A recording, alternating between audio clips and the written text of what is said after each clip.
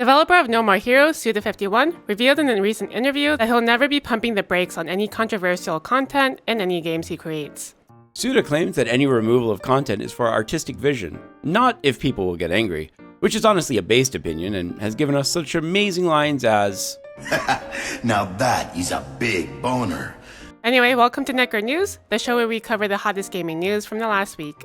Remember to like and subscribe if you want to stay up to date with the latest gaming news.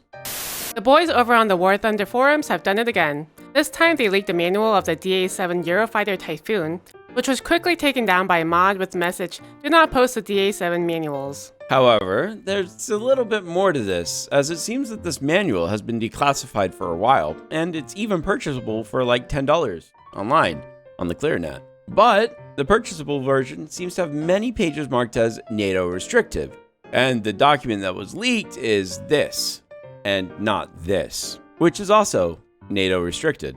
Though apparently being NATO restricted doesn't matter since both documents are readily available for free on a Russian site.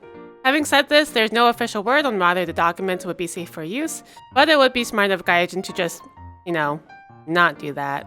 And also, guys, please, stop leaking classified documents of military vehicles online, okay? Thanks. No, I want a one-to-one realistic military experience. You wouldn't get it, you're a girl. Men are just stupid.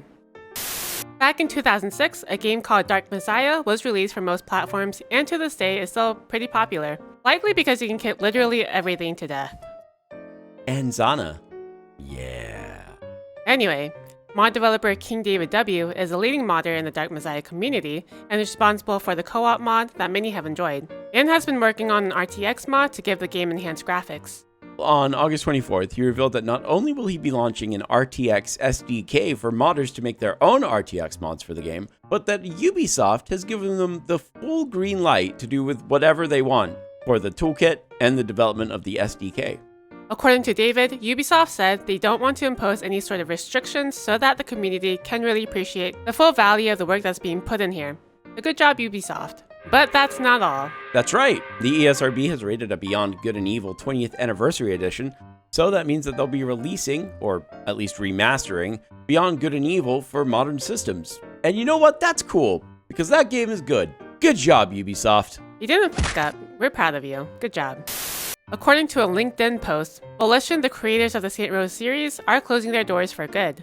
According to the post, Embracer Group announced a restructuring program to strengthen themselves, probably after losing that $2 billion deal, but also to maintain its position as a leader in the video game industry. And part of that decision was to close Volition immediately.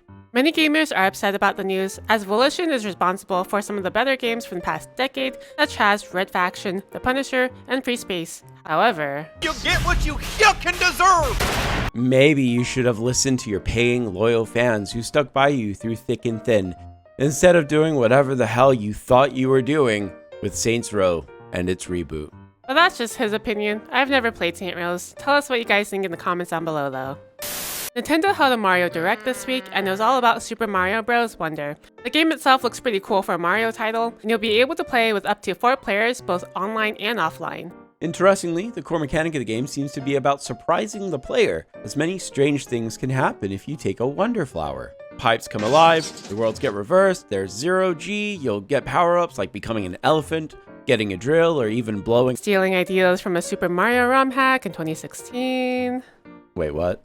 You heard right. Twitter user SorrelBoltX noticed that the bubble blowing power-up that is prominent in the game had the exact same color palette and functionality as the bubble power-up in the 2016 ROM hack, New Super Mario World 1, The 12 Magic Orbs, noting that the only difference was that the flower to obtain the power is different.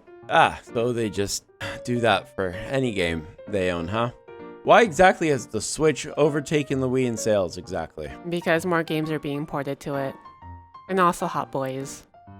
As Phantom Liberty inches closer to release, excitement ramps up across the board for the 2.0 free patch and DLC. For those unaware, the free 2.0 patch will include a perk overhaul where they rearranged the skill trees and made things easier to navigate while also adding a new skill tree relating to the relic in V's head.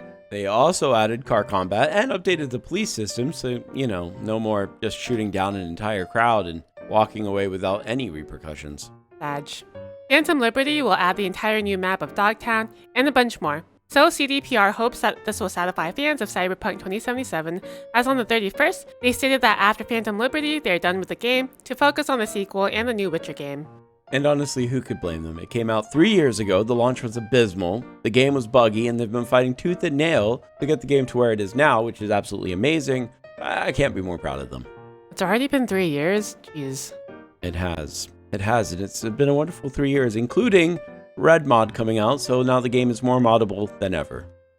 This last story isn't so much a story, as much as it's a discovery that Booster would like to talk about. Hi, Booster here. Let me tell you about a game that was silently announced for crowdfunding on the crowdfunding site Campfire. It is called Dark Auction Hitler's Estate. No, look, okay, listen.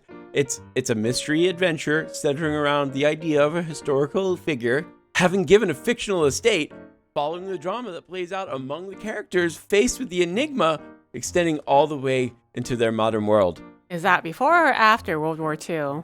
It takes place 36 years after Hitler's death. But that's not all, because it's going to be written by Riza Suzuki, who is the mastermind behind both hit DS games Hotel Dusk and Trace Memory, which, if you don't know what those are... What's wrong with you? The plot description is interesting, but the writing for Hotel Dusk was pretty good, so there's that. We'll link the Campfire down below, so let us know what you guys think of the title. Here are the games coming out this week. Most notable, of course, is Skyrim in Space. If you want our opinion on the game, wait for the mods. Bethesda games do be like that, you know? This week's Buried Alive banger, a segment where we cover a game our community doesn't think has had enough attention, is Trine 5. I've played the first few Trine games and have really enjoyed them, and Trine 5 seems to be more of the great platforming that made the other games fun. Oh, it's co-op. When did that happen? It's always been co-op. Oh. My shield Okay. might help. Play it. It's like $30. My machines work perfectly. The shameful villains of Trine will soon be tried for high treason.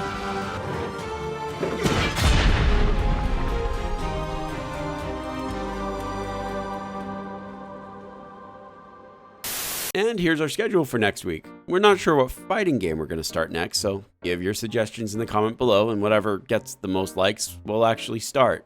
The winner for the next Iceberg video was also picked over here on YouTube in the community tab, so we'll be doing a video on games that have been lost to time. I was hoping this one would win. But anyway, this will take a lot of time for us to research and put up a script, so look forward to that in the future. We may share some of the research that we find in exclusive community posts, so if that's something you're interested in, memberships are open. And as always, we appreciate all your support. So until next time, goodbye. Goodbye.